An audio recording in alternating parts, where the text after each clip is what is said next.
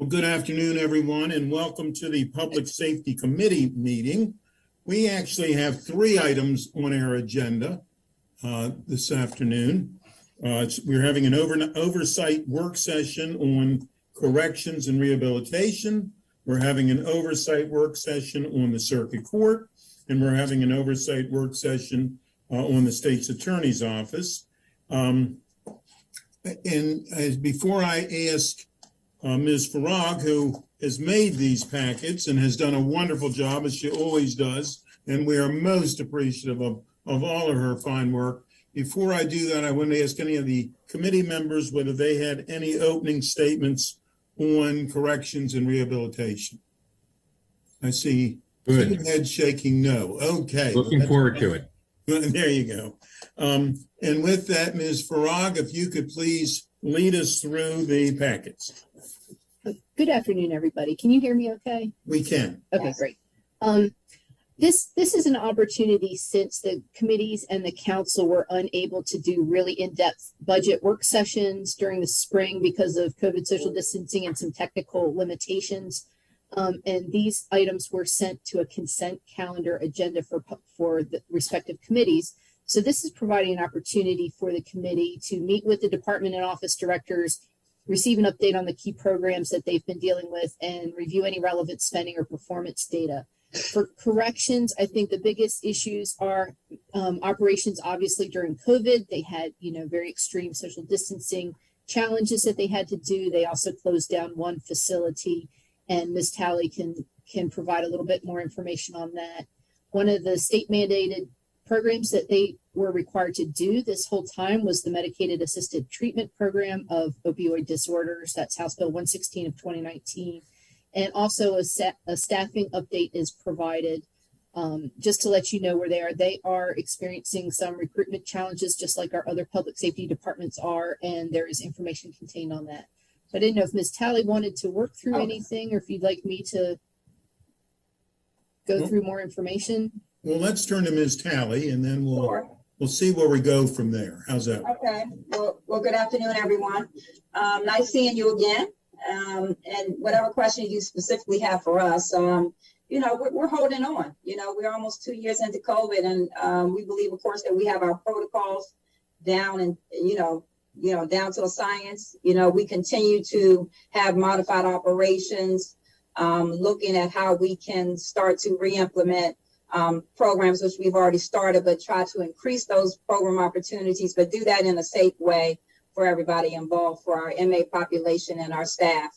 And so we haven't opened up everything. We aren't doing any facility tours. We haven't brought our volunteers back. And so we're being very cautious about, DOCR staff members are putting in place programs and taking over the facilitation of those programs. We still are doing a lot of the remote court hearings for our partners at district and circuit court, and we continue to do that until, of course, we can't do it any longer. And I think it's beneficial for all, because, as you know, we get people in all the time from the streets who might have had a recent exposure to COVID, and we have to quarantine these individuals until they're tested, and then they can move to different housing locations. And so we still are operating a lot of our pre-placement and intake at our MCDC facility, where we, of course, had to open up the upstairs during COVID in order to be able to filter all these different populations that need to be separated, so commingling is reduced as much as possible. I will knock on wood and say that we haven't had any major outbreaks since probably last November, around this time with Thanksgiving with everyone else, in early January, but it wasn't as high as November of 2020. And so we may average maybe 1 to 2 cases from here to there. So we think that's a testament of our, mask mandates and our employee testing that occurs every 2 weeks with our employees, because we don't know anybody's vaccination status. We still offer our vaccines to our MA populations every Wednesday. And we continue to encourage everyone to be vaccinated. But of course, we cannot mandate this for individuals. Not for the MA population or our staff. And so I believe we're in a better place, because, as you know, when you go through something like this, after a while, you just try, you make processes work. You go about trying to say, how can we re-engage some of our different normal operations, but under these different restrictions now. And so we're doing that. As Susan said, tough time hiring people for whatever reasons. This major, as they say, migration from the workforce for a lot of people, making personal decisions about where they want to work in the future. And with us for DOCR, and I know my HR manager is on here, when jobs are really tight and hard to find, a lot of people flock to corrections. When they aren't and they're plentiful, we're the last person sometimes that people will pick as the employee because, quite frankly, of the environment, the 24/7 nature of the responsibilities of what you're doing. And so, we've been doing our best to try to recruit people as people are retiring. We're seeing that the numbers have increased when those who are on the fence making that decision and make some different choices. And so we're all kind of dealing with the impacts of what our new norm, I can say, is when we talk about COVID and dealing with that. The work doesn't stop. And, we see our population increasing a little bit, still not at the pre-COVID numbers of like 750 that were incarcerated, but around 636 today, which is about almost 100 increase from where we were last year. So we see that, trials are happening. People are getting sentenced, not to the degree that we could open the pre-release center, which is always a question. Every time I go down to the cafeteria, I see a worker and they ask me, Ms. Talley, when are you going to open up a pre-release center? I said, trust me, I believe in the pre-release center. I want it open tomorrow, but we have to do it safely and we have to have the numbers. And we just don't have the numbers of fully sentenced individuals that's incarcerated who could, where we could open the pre-release center up. You can't open it up with 30 people, then, that population will get released and we be back to all the staff and the work isn't there. So you have to follow the work. And right now the work is at detention services. And so our staff remain at detention services for the support of a lot of these remote court hearings and case management and other needs that our population has. For us, the biggest challenge is the MAT program. Putting that in place, and we are only partly compliance with the law. We're only doing continuations. We have not started phase 2, which is initiations, and that is because we need all the staff in place in order to do that, because we just don't have the nurses and anybody else to be able to support this without all the things that the grant would cover to be able to start these, start that in the jail. And as you heard when we had our special session over this, summer, just the contraband, just trying to make sure the contraband is kept out of the jail as much as possible with this new mail that seems to be the vessel, and trying to put things in place to be able to do our best to eliminate that as much as we can in our jails. And so, we're looking forward to any questions you may have from us about any of these subjects or anything else. Well, thank you. First off, thank you all very, very much for everything you do. It's one of those jobs that you do in such a good way that people don't always think about what we're doing. And that's in one respect that shows what a good job you're doing. In another respect, that it's not as fair to each of you as it should be. Let me ask about the pre-release and reentry center, PRRS. Right. The person that would have been going to the pre-release center, what's happening to them now? How does that work? Well, they're doing their total sentence with detention services, because we don't have the numbers yet to support the opening of the program. We have about, and Division Chief Ben Stevenson's on the line, I believe. Oh, there he is. I think we have about 56 people that are fully sentenced today. Out of 129 who totally, that means the rest of them are partially sentenced, which means they're waiting to adjudicate the other sentence, the other charge. And so out of about 56, when you go through your filtering about who can perform in the program physically, whether they have stability factors in the community to support their success on a program such as the pre-release center, no previous escapes from that of custody from a program such as that, you may whittle that number down to 20 who will be eligible for the program. Each unit holds about 50 people. And so we're talking about, we would need, in my estimation, need at least 100 people in order, or close to 100, to support at least 2 units opening up to support the resources being directed from detention services to the community program. We were hoping, of course, that this is before Delta, that, you know, people would be vaccinated, was working with our county attorney on whether we could mandate the vaccinations. I know that the drug court has been successful in mandating that those who want to participate are vaccinated. We would have to have a exemption for people. And when you're living with people in the community that are going out every single day, that would give us, you know, that would expose our risk if we weren't able to mandate it, which I don't believe we are based on my conversations with the county attorney. And so that's where it stands. We wish we could open it up. We thought maybe around October, but with Delta, that didn't come to pass. And so now we're looking at, can we get there maybe by January? I know court cases have to be caught up on. You know, we have to catch up on some of these court cases, and I'm not sure if we're scheduling things, you know, I'm not sure the backlog, maybe Your Honor could give us some clue on that. Is it February, March? Am I saying things right, Your Honor, if I'm saying February, March? I wish, Ms. Talley. Okay. So, I mean, we depend on that as well, because you have to have the participants in order to open up the pre-release center.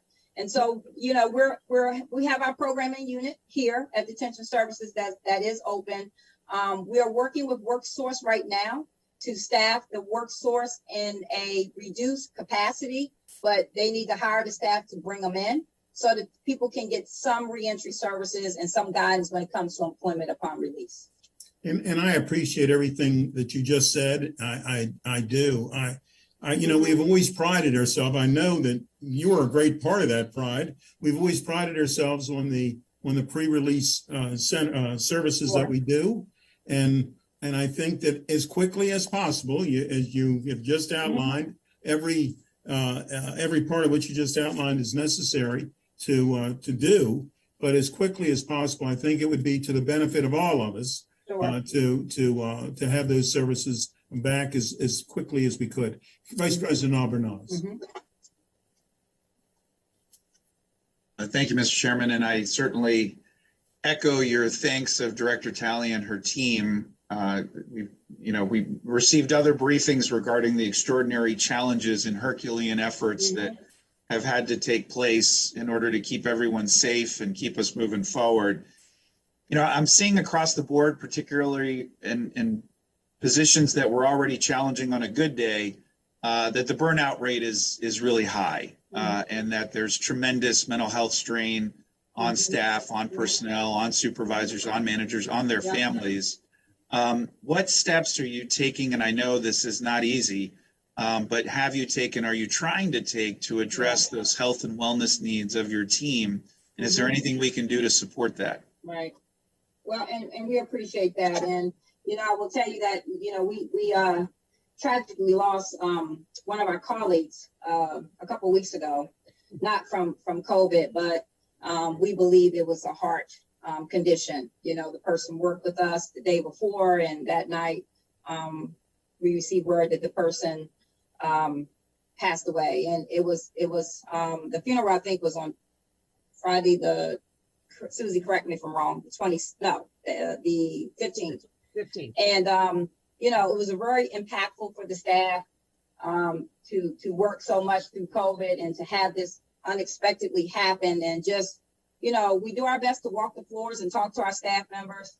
We have a critical incident stress management team that was just on board and consists of staff from different levels, whether that's a therapist, officer, case manager, who are deployed, who reach out to staff members to add them extra support, who send out information to help staff along the way.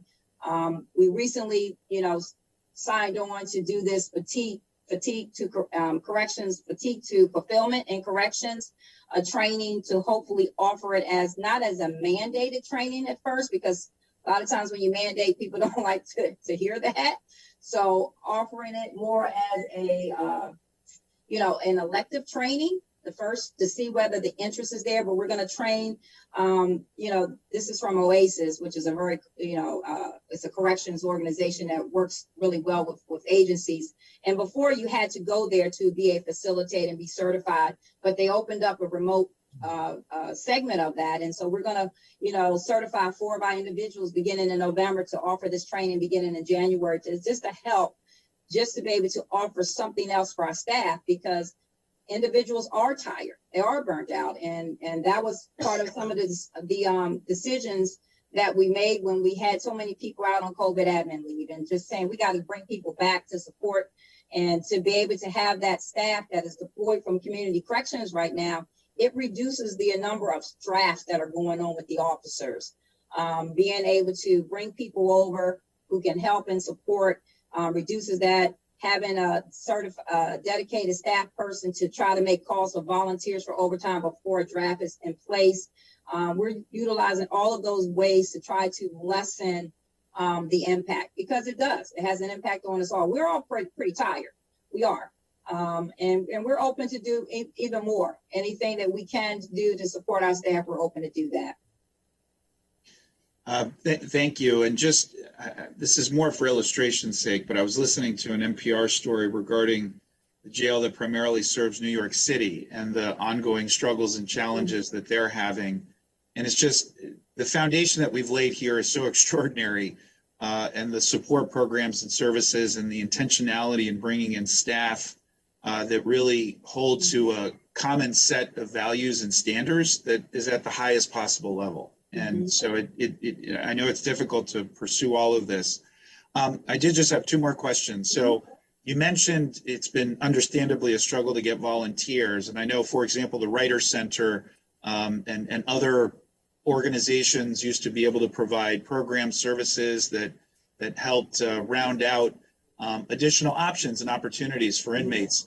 How are we doing in those extracurricular, those additional support services that we know for a lot of our inmates can make a significant difference and can plant seeds and provide a ray of hope that any one of us would need in that circumstance? Right. And the volunteers I'm sorry, looking for it first. I'm sorry, council member. Was the volunteers who work overtime. I'm sorry, because we had a robust of volunteers that wanted to support us pre-COVID. And we haven't, at this stage, opened our doors to volunteers coming in. We do have certain services that are coming in, like our chaplain is coming in to provide the support for our religious programs. And we have our own staff who are opening up more programs to individuals that are inside, as far as, we're looking at, we already have GED, we have the high school, we have life skills training, working with the work source to get the employment piece. And there was another training, food service handling, that we're hoping to initiate soon as well. And so, Warren, you want to speak about any of these other opportunities that we're looking at? Well, can you hear me? Yes. Okay, all right. Yeah, at least you can hear me. We currently also run the jail addiction services program with HHS assistants still here. So we are able to continue to because it's an in-house program. And we're also utilizing some of our staff to expand the CFC program, which is the Choices for Change program, which was the backup to, those were our 2 main programs, was the in-house jazz and the in-house CFC. We're looking at hopefully developing some other smaller programs. There's been a great push in the religious community, and they are very, very interested in coming back in and starting some of the religious programs, starting that up again that they were doing pre-COVID.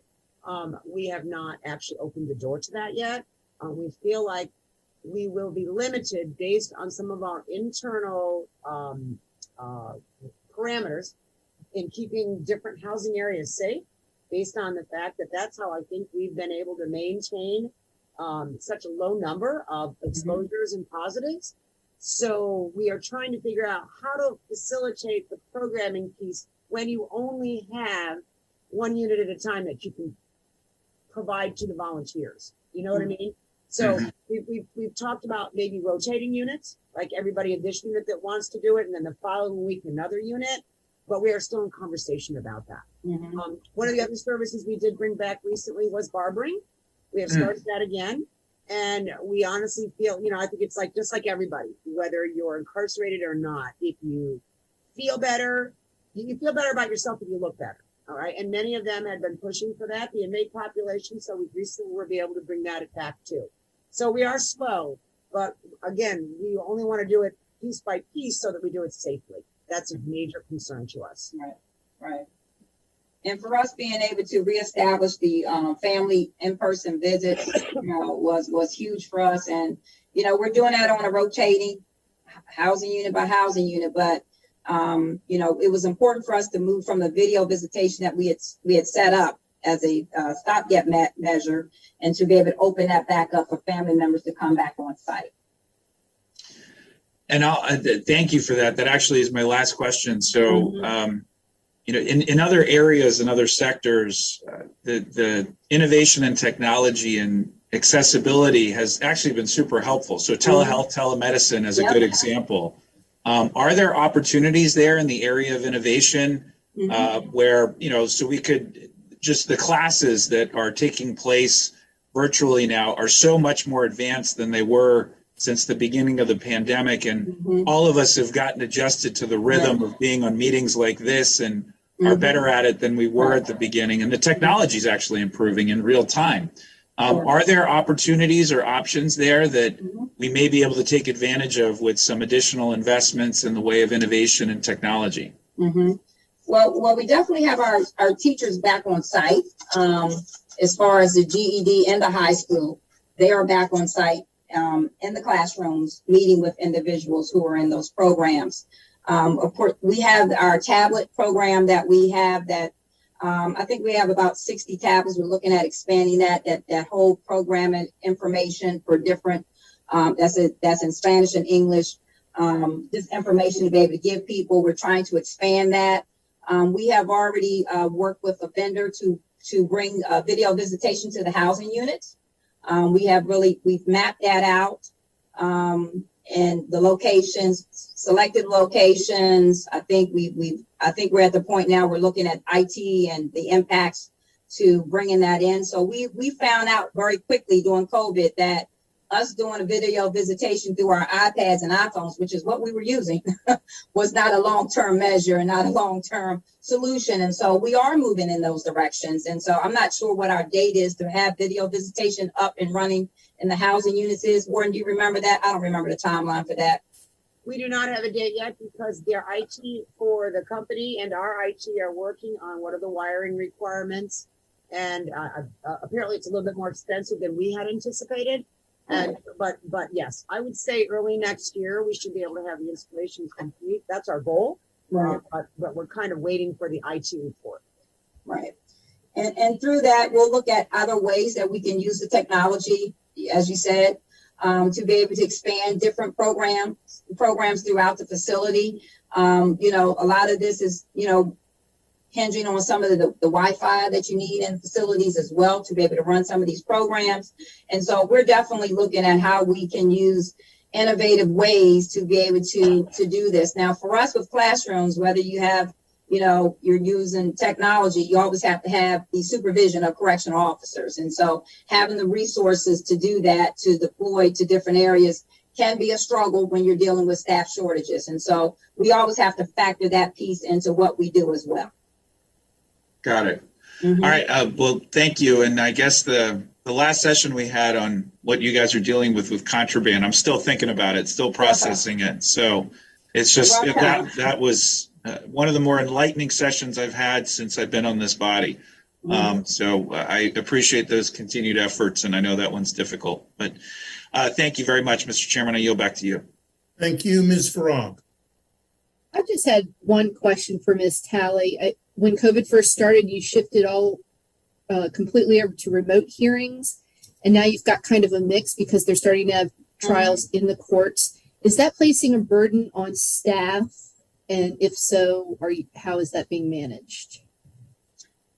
Warren, I'll turn that one over to you. I mean, I think we are managing it. I will say that because we work very closely with the circuit court and district court on coordination.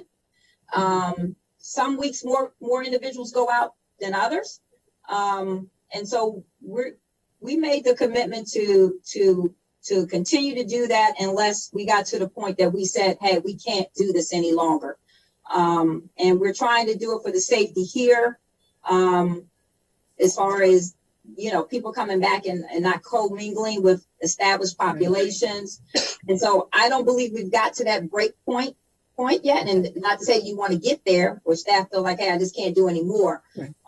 But I believe the staff is pretty vocal and they would share that with me, but I'll ask the warden her take on it because she works more closely with them than I do. You're absolutely right, Director. We are handling it. We are managing. It has gotten decreased with some of the transports occurring, but a great deal of staff time is expended in checking the court list on a daily basis, determining who's going, who's not going. If they're not going and they're going to do remote, who's going to be doing the hearing. I will say, in addition to that, because our doors aren't open, because of COVID, because there's many individuals who just don't want to come into the building for their own choice. Now because we're doing remote hearings, we're also doing remote oral hearings. We're also doing remote assessments. We're also doing everything's remote now. And in an IT world, that's not necessarily a bad thing to keep it safe, but you do need more staff to facilitate all of those different types of hearings that you're doing. We are lucky to have some of the PRRS staff who have been reassigned here, who assist. There are 7 or 8 case managers, in addition to some that are correctional officers that are assisting with that daily process. But at any given time, we might have 5 or 6 remote hearings going on in different locations throughout the facility. If the question is that, can we maintain that without additional staff? I would say that the answer to that was yes, then that would mean that the case managers would have to greatly reduce the amount of time that they spend with the inmates or that they spent with the inmates pre-COVID. All right. A great deal of some of the stuff that were their daily tasks has kind of been taken over by this whole, I'm coming in and I'm going to do 6 hours of remote hearings because we happen to have a heavy court day today. Also, once PRRS opens, if we lose that additional case management staff to assist, we are going to have difficulty, I think, maintaining that level. So I think that's going to require a discussion. Thank you. President Hucker, did you have anything else to add on this topic? I'm good. It's very helpful. Thank you, Mr. Chairman. Thank you. Ms. Frog, do you have anything else to add on this topic? If not, we're going to go to Judge Bonifant. No, not at this point. Just as with all the others, I'll stay in contact with the department and OMB and work toward budget preparation and discussions later next year.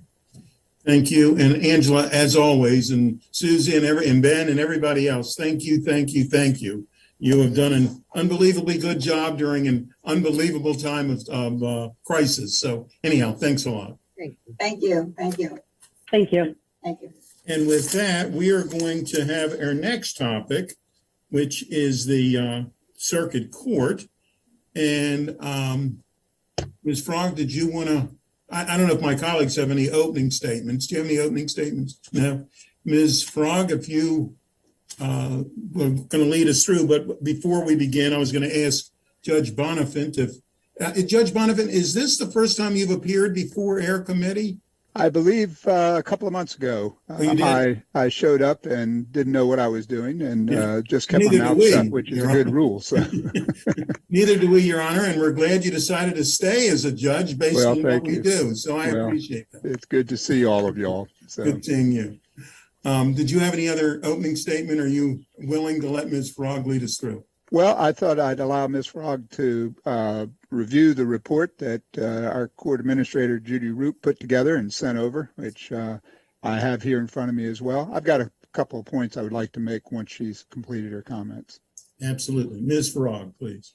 Yes, I'll just give a brief overview about it. You know, of course, operations during COVID was a huge impact on the courts. They had to close.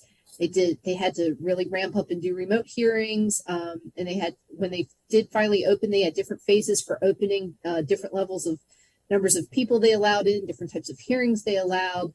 And, you know, sometimes those got ratcheted back based on whatever the case rate was in the community. And so it's been very challenging. And they did hire, I believe, 4 positions to help with remote operations.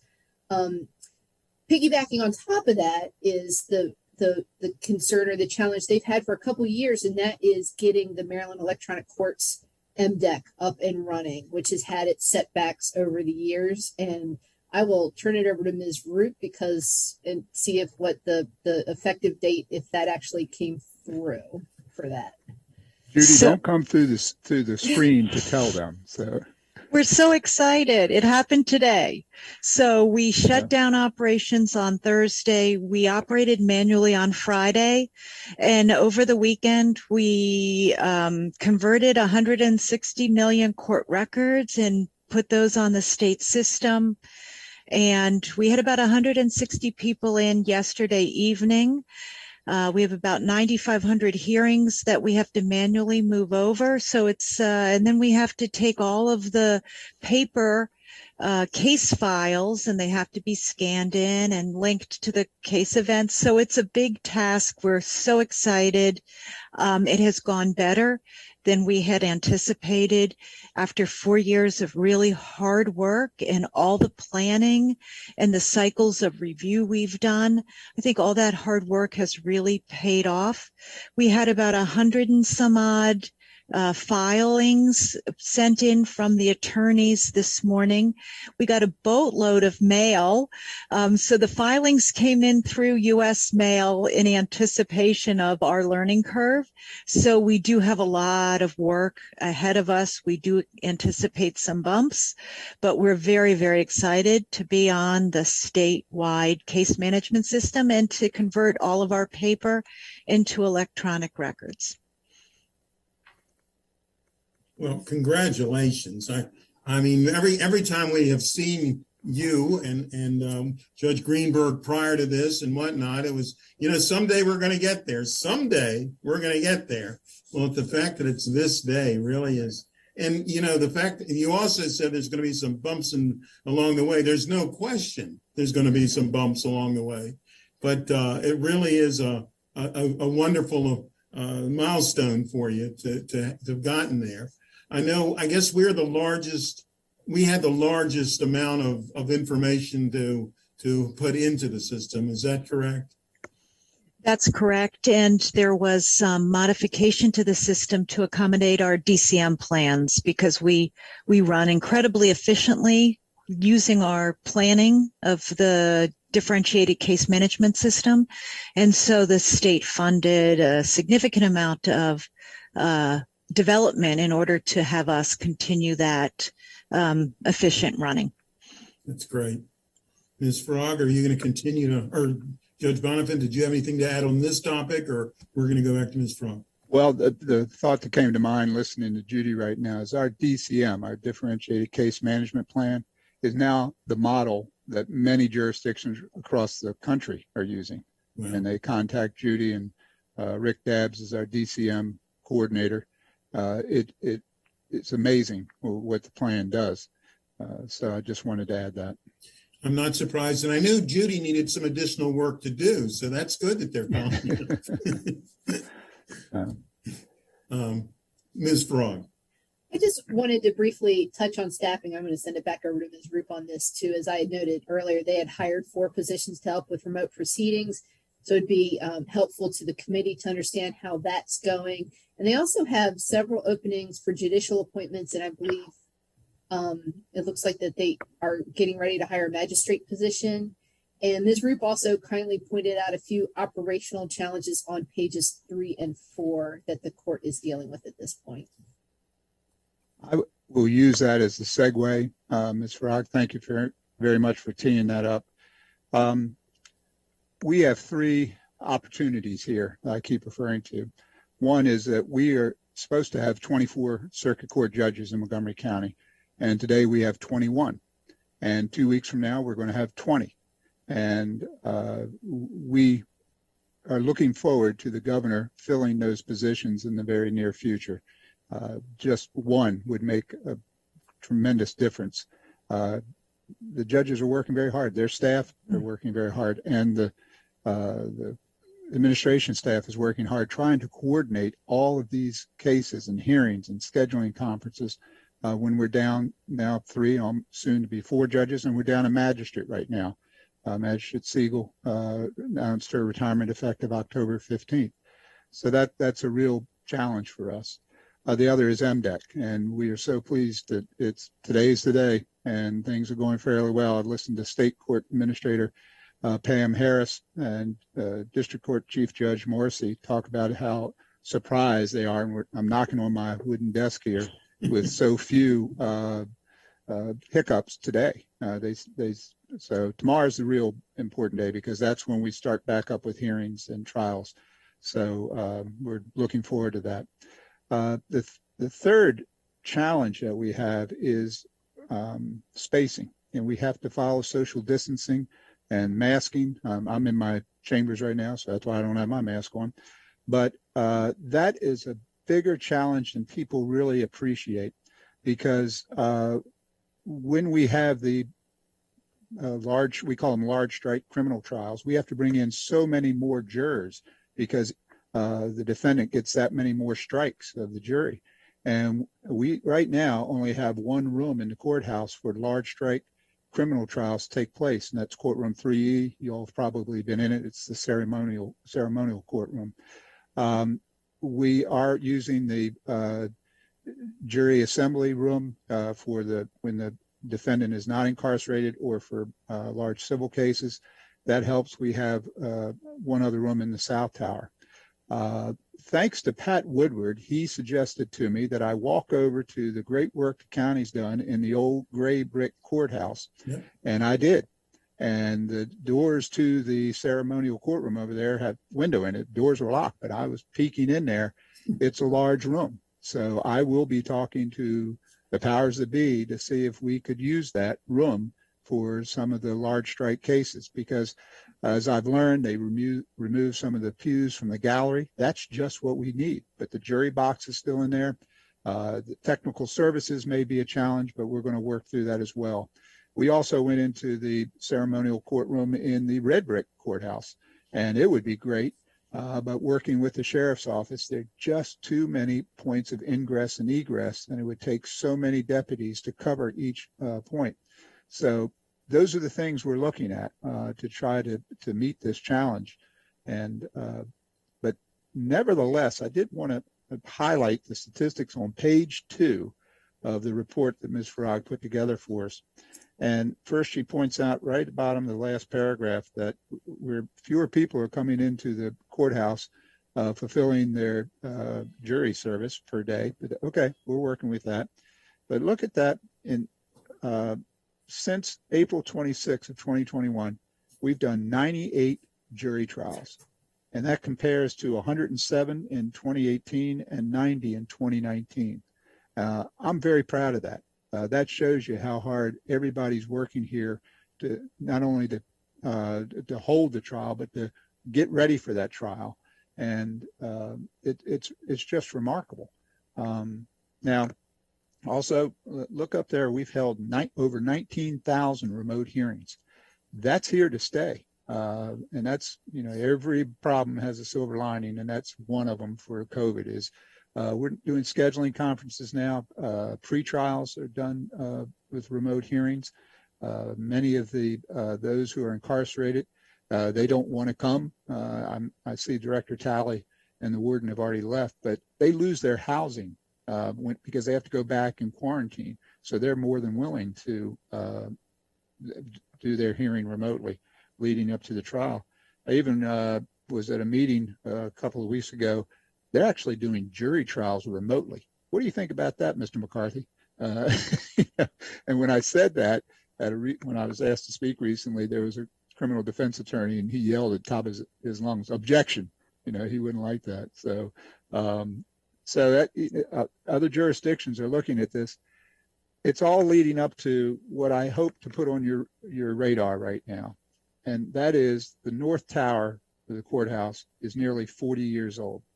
It needs major renovation. Our AV system is outdated. It's even not up to speed with what the South Tower has. And if you read closely what Ms. Farag put together for us, our South Tower AV is outdated right now. And please take a look at that. But I want to say this carefully. I'm concerned about security here. judges have to sentence people or make a difficult decision in a case and then walk out and walk down the same hallway with the people who are just in the courtroom. That concerns me. And I hope you all at least put that seed in your mind, because that's going to take a lot of planning and a lot of financial support. I get it. I know that. But we better start now thinking about it because it needs to be done. So with that, I'm happy to answer any questions. Again, it's good to see you all. I haven't seen you for a long time. Good to see you again. And to prove that air technology is working, I've already had Dave Dice from the county reach out to me and say that if Judge Bonifant wants to reach out to him, he will give you a tour of the Gray Brick Courthouse and work out details of its use. Thank you very much. We're practically along the way, and we love to tease Mr. Dice. So if you have a problem with him, let us know. We'll chat with him. So, I'm sure I won't. But no, we have worked together. We will continue to work together because we need to work together to make certain that literally justice is done. Either one of my colleagues on the committee, do you have anything else to add on this one? Yeah. Vice President Albernas. Thanks. Just full disclosure, one of my uncles is one of those 20 judges. Yes, sir, he is.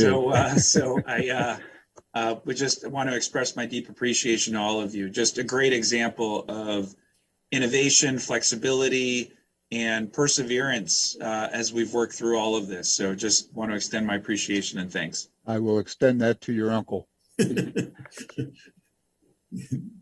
Agreed. Well said. Great to see you making progress despite the circumstances. Absolutely. Thank you, Mr. Hucker. Boy, it's good to see you. It's been a couple of years. So Thanks. Thank you all. all right. And we're going to go to the third topic, which is the state's attorney's office. And we're pleased to see the state's attorney himself, Mr. John McCarthy, is here. And either one of my colleagues have anything in the beginning? If not, we're going to ask Susan to lead us through, please. It's the same theme as you've just heard, all of the significant operational challenges that people have had during COVID, and the state's attorney was not immune to that.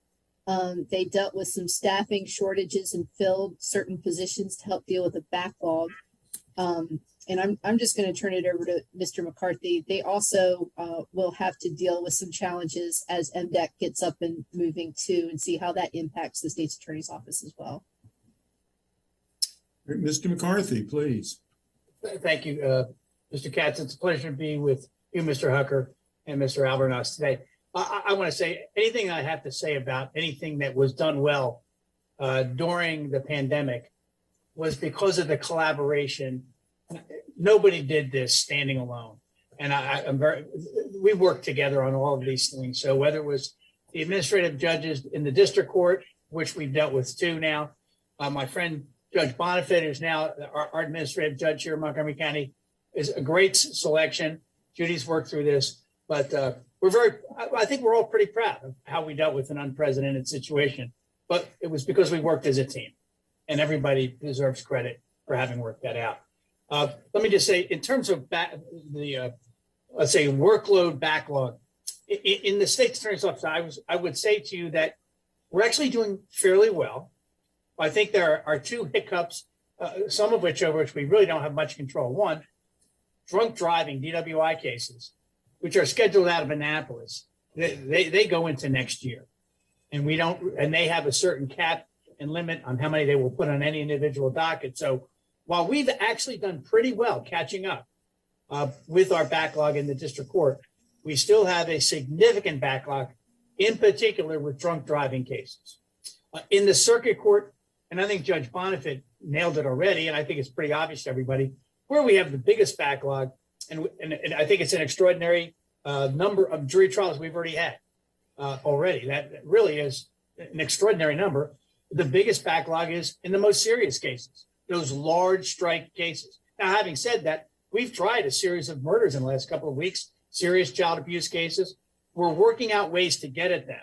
Now, there's an interrelationship between Angela and myself and Judge Bonifant there, because what happens is I've been very proud of the fact that we've reduced the overall jail population in Montgomery County by about 35% over the years. It actually went probably close into the 40s when we had some COVID releases last year. They're beginning to creep up. I get a report every single day about how many people are locked up. One of the things that we should be mindful about is if there are individuals, very serious cases, large strikes that we can't get to trial, I think that does have, over the long term, I'm beginning to see the number creep up. But again, I think in most instances, because there are people who are charged with very serious cases that we can't move them along. They're not pleading guilty. They're not being tried. They're not being moved out of the system. So you're going to see those cases stay. Now, what impact does that have on the state's attorney's office? Is, well, number one, the cases remain alive and new cases come in. So the men and women that work for me, and I'm about 70% women in terms of my lawyer staff, 70% of my prosecutors are in fact women. That's a lot more. We talk about the pressure. We talk about the kind of stuff that Gabe brought up earlier. There's a lot of pressure when you have very, very serious cases and you can't ever resolve anything. It just keeps piling up. That's what we are seeing happening. Through the course of the pandemic, we never stopped, and it was with the coordination with the former administrative judge. Our grand jury met in the jury lounge that seats about 300-400. Our grand jury never, ever stopped. We moved our indictments through the pandemic. Nothing ever stopped.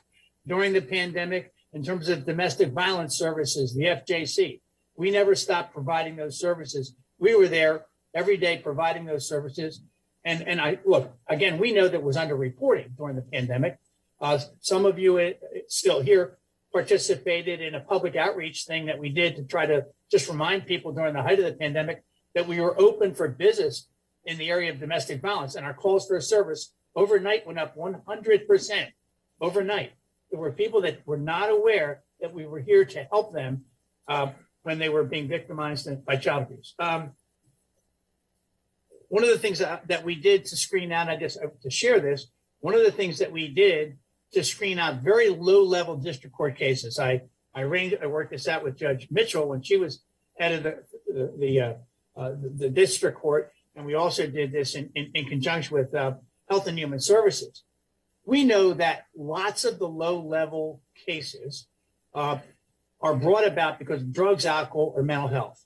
We made an agreement and broadcast it to the public defender's office and to the private bar that if you took your client in on a whole laundry list of low-level cases and got them screened, basically learned about drug, alcohol, or mental health services that Montgomery County had in place to help your client, we would drop your charge just if you got screened, just to become aware of the resources that were available to you.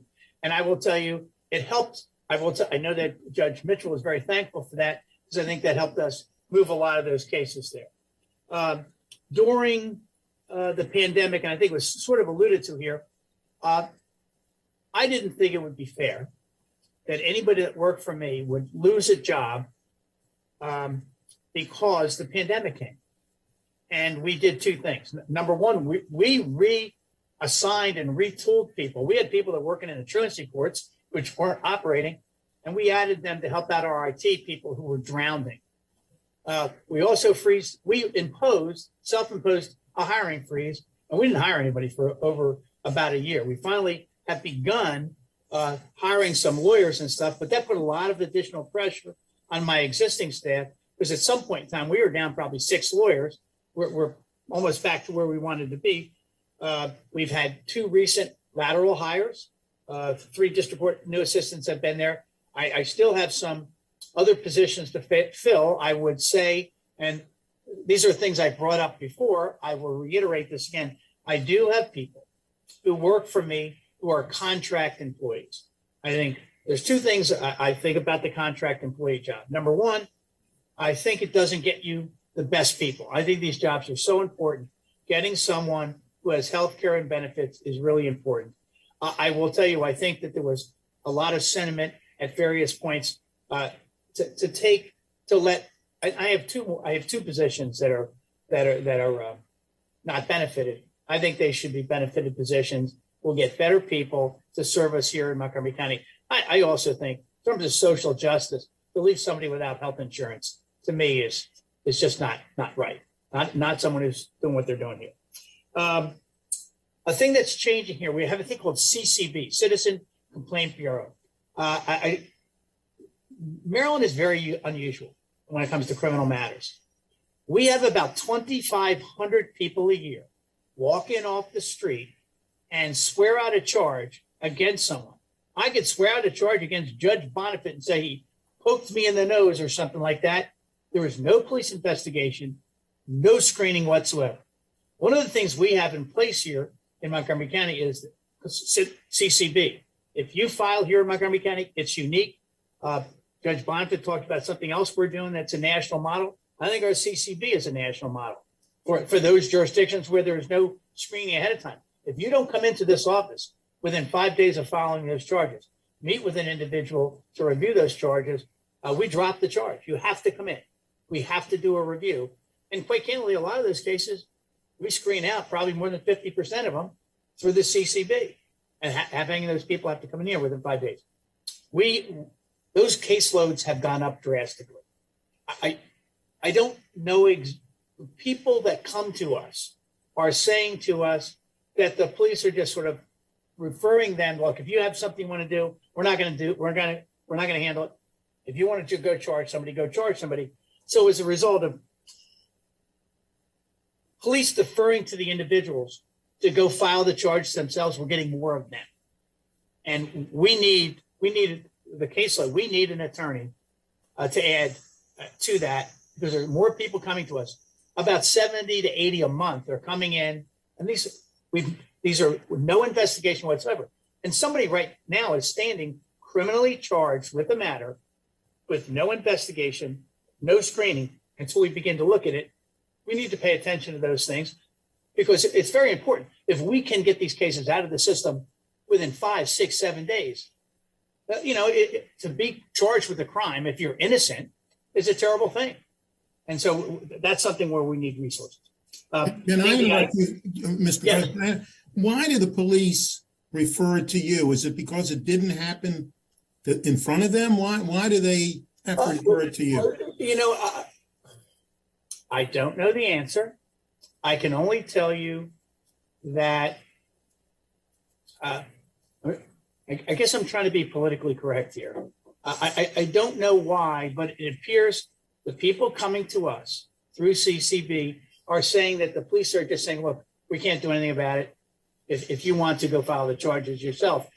I don't know. Maybe they're overworked, we're understaffed, but the numbers seem to be going up, and they're being people. The people want to. I guess the police are staying out of it, and stuff where I think they might have been more proactive in the past. They're just not, and that's what the feedback we're getting from the people that come in here.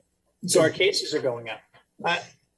I appreciate that. We will have to follow up on that as well. Yeah. Again, look, MDEC and anybody that is dealing with our transition to MDEC will tell you it's a huge challenge for us.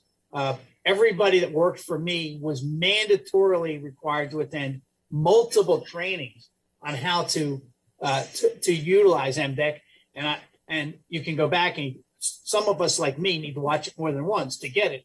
It's very complex and not easy for an old guy to do it, but it's a huge challenge. What that means is our IT people are more valuable than ever. In the last budget, you had approved 2 new IT positions for me. Yeah. And you had also agreed that one person who's working part-time would be made full-time. Yeah. Now, when everybody was terrified of what was going to happen to the budget, where we didn't even have any money to operate the budget, you took those positions from me. I will tell you, with MDEC coming online today, and the fact that we have a thing called Journal Technology is who supports our case management system, but they've stopped doing that. So we support our own case management system right now with people internal to my own office. We never did that before. We're also, and I think you know this, Susan certainly knows this, we're in the process of potentially buying a new case management system. So having said all of those things, particularly with the pandemic, the stuff that Judge Bonvin said about all the remote hearings, they're going to stay remote. Look, everybody's valuable here, but my IT people are gold. You cannot operate in this modern world without the appropriate number of IT people. With all these virtual hearings, they've kept us alive. When I had my back to school with my office this year, the first thing I did was talk about my IT people because they kept us operational in every possible way. We do need some additional resources there. Every operation has individual things that happen to them. I'm not tying this to the pandemic, but I've got two very, very senior lawyers. These are things I'm facing in my office. Two very senior lawyers. One is very, very ill with cancer. She's on extended medical leave. We're down that particular lawyer. She is one of my top lawyers in my major crime division. I don't know if she's coming back. I had another senior lawyer who's had a series of strokes. She's out on extended medical leave. I don't know if she's coming back. So we've got, I'm trying to hire, get back up to speed, but I've got those challenges going on. I also have, for whatever it's worth, and this is a good thing, I'm going to brag about the office. During the time I've been here in the State's Attorney's Office, 31 men and women, many of whom who work for me, have been made judges. As I sit here today, I've got 31 people I work with. It really is an extraordinary record of excellence out of this office. Right. That includes Gabe's uncle, who's one of my best friends, yeah. a wonderful, wonderful judge. But I've got three lawyers right now within 2 weeks who are on lists to be either circuit or district court judges. Right. Besides the fact they're great lawyers, they also are my team leaders. As that in my juvenile division, my gang division, and my major crimes division. So it's as I'm moving forward, we have some moving parts here in my office because I'm obviously very hopeful that these men and women who deserve it very much get to acquire what they aspire for. But I'm looking at illnesses. I'm looking at potential transitions. We've got the challenges, all the IT challenges before us. We did go back. Some of you are big fans of the truancy court program. I'm a huge fan of the truancy court program. It's one of the finest things we do. We are back operational in the truancy court program. A couple of the schools, it was internal to them. I think we were at 20 schools last year. I think we're at 16 or 18 right now. A couple of the schools internally couldn't get their things together for the fall semester. They'll rejoin us in the spring. I'll be fully operational in the truancy court program, which serves 90% of the children we serve are minority students. Not because we are picking them, not because we're identifying them. The schools identify the kids who need the help that are most at risk of dropping out of school. And those are the young people we're working with in our middle school. We're very proud of that. Also a trend that we seem to be seeing, and this is ongoing all the time, our expert witness fees and our transcript fees continue to rise all the time. As our population becomes more diverse, preparing those the money that we, whether it's translation or straight a transcript, those operational monies, they're tougher every year. And the last thing I want to talk about is that I am proud of the fact that with the University of Maryland, we're studying the way this office operates with another organization. And the only thing I want to say, especially to the Public Safety Committee, is that I absolutely, one of the things that we're going to look at with the University of Maryland is we're going to study and look at racial and ethnic differences in terms of how this office operates. But I'm going to tell you, and I don't know if you can see, but this study goes into 9 specific categories, including organizational capacity. What's your caseload? Who are making the decisions by race and ethnicity and gender? Time and resource. How do you address serious crimes? How do you protect senior communities? There's 9 different categories that are being done by the University of Maryland study. And that study is not single focused. It really is a holistic study of every aspect of how a prosecutor's office works, with a special emphasis on the impact in terms of race, ethnicity at every juncture in which we have decision making that goes on in this office. And the study will be transparent and it's going to be published. And we are working on it every day. But again, sometimes I hear people talk about what we're doing with the University of Maryland. And I think what is said, or the soundbite that I hear, is a very overly simplistic idea of what is actually happening here. And it's a much more comprehensive study about the entire way we operate here in the state's attorney's office. So I just informationally, I think it's important, particularly for these three members of the council, to know that. So I'll take questions from anybody if they have any.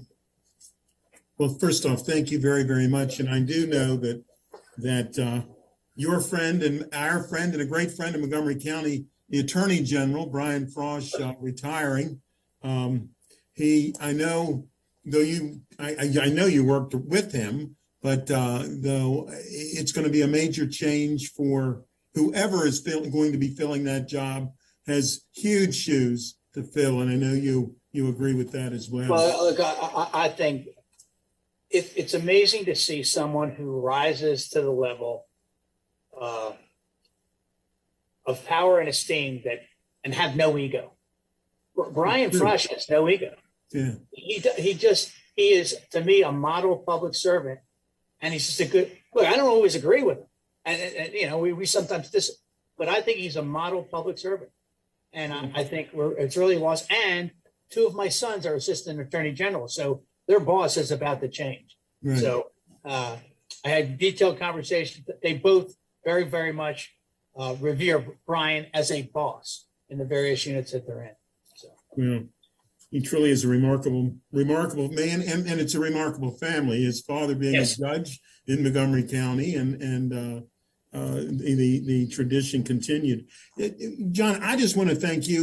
You talked about truancy, the program. I've gone to many graduations for the truancy program, and it really is gratifying, not only for that young person who has gotten themselves back on track, but you can see the pride. I guess that's the word that should be used. The pride from the families themselves, that they are so pleased that not only has their loved one gotten straightened out, but that it's really the right path to take. And how many people have you turned around, and the courts have turned around because of that. So I thank you for that, and of course working with the courts. I mean, the innovation, the drug court, the mental health court, the family justice center, the list can go on and on, where it's not that your job is to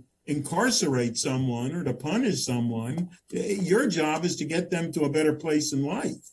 And working hand in glove with the courts and others that you've been able to get them there. So I thank you for that. And I'm going to turn to Vice President Albernaz, please.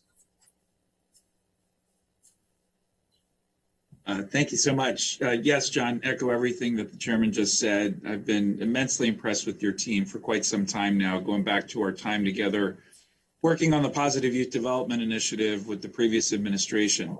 I want to start there. We are seeing a rise of challenges in the community on a lot of different levels, particularly with regards to youth. And it feels like history is repeating itself in some ways. But we also know we have the added challenges specific to the pandemic, and the infrastructure that we built together, along with a lot of other people, was tested in ways that we never could have imagined. And we had to discontinue a lot of extracurricular programs and services through the pandemic for legitimate reasons. And the good news is they're coming back.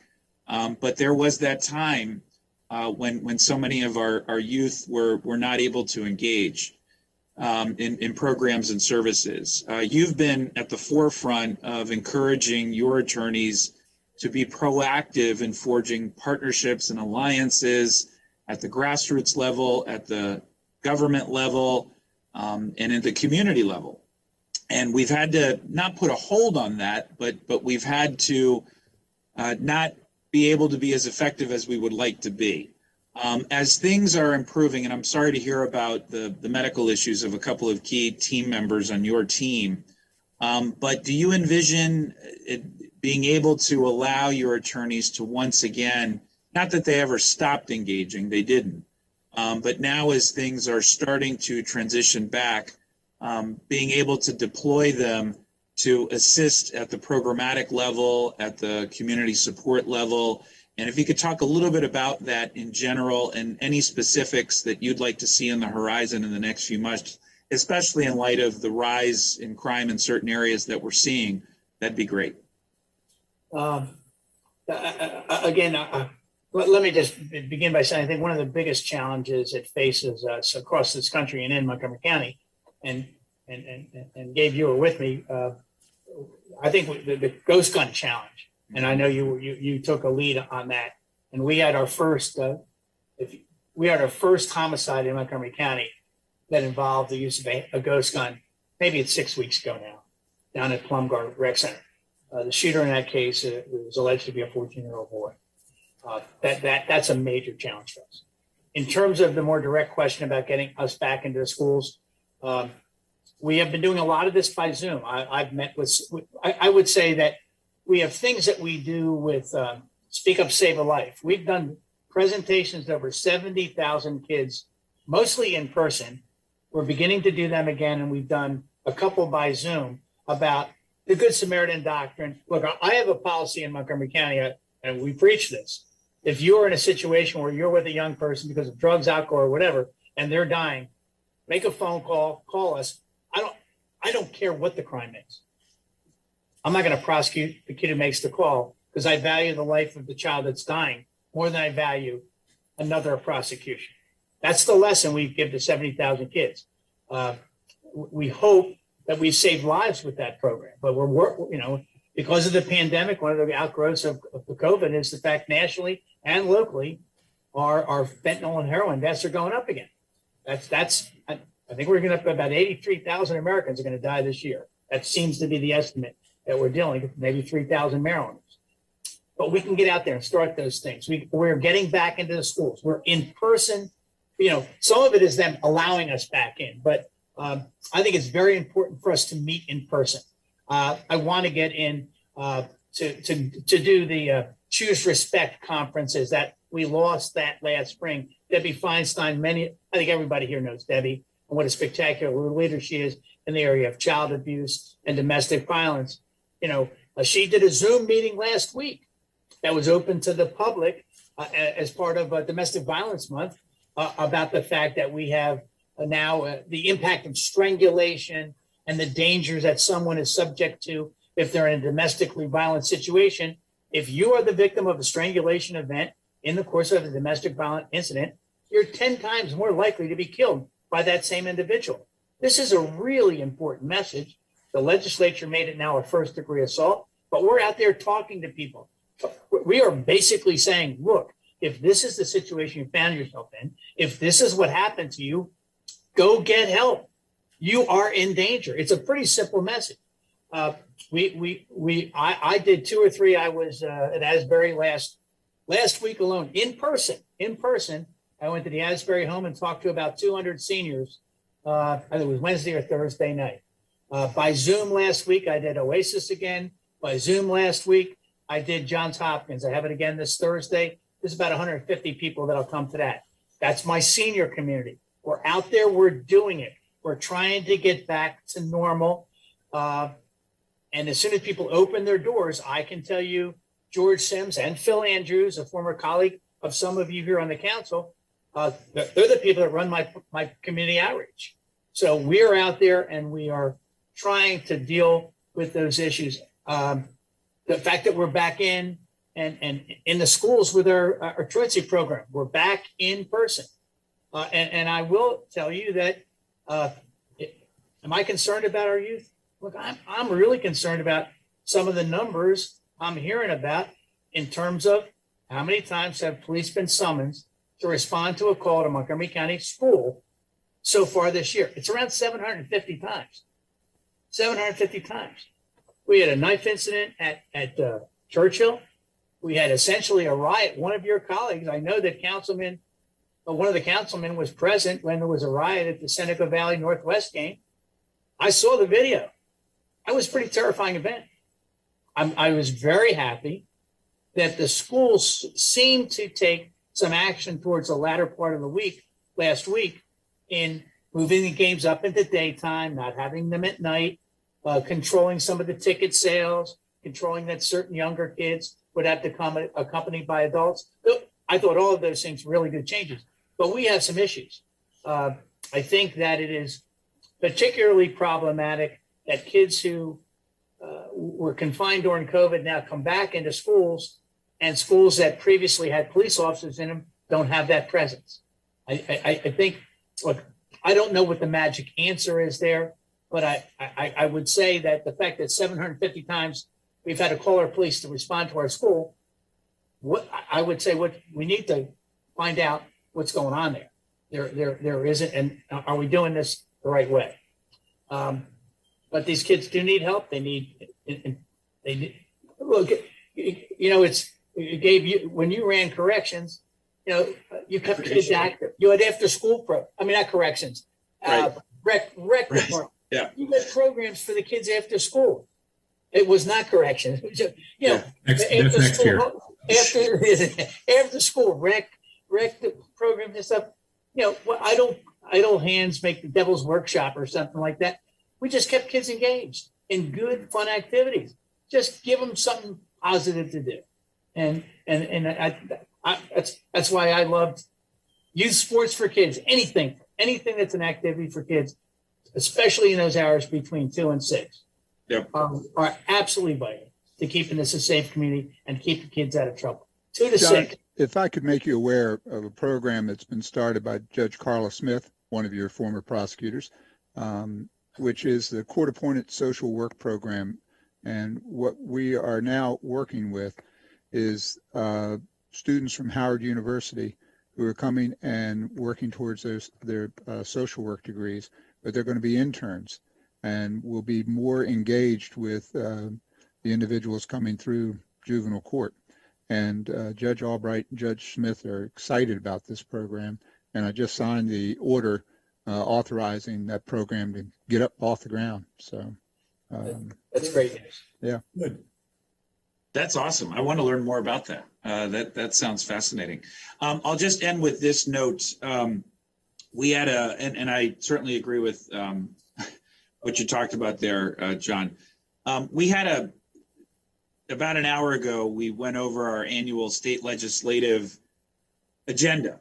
And there, as always, there's crossover with the great work of your office and the great work of our judicial branch. As a specific example, as I'm sure you guys are aware, we're experiencing a huge spike in mental health cases that are rising to a clinical level and are rising to a level that is also particularly concerning because of the violence associated with some of the episodes involving some of these patients that just need help. And frankly, there aren't enough beds for us to be able to make referrals. And as I know you both know well, there are also some policy barriers that make it more difficult for us to be able to assist families whose loved ones are in crisis.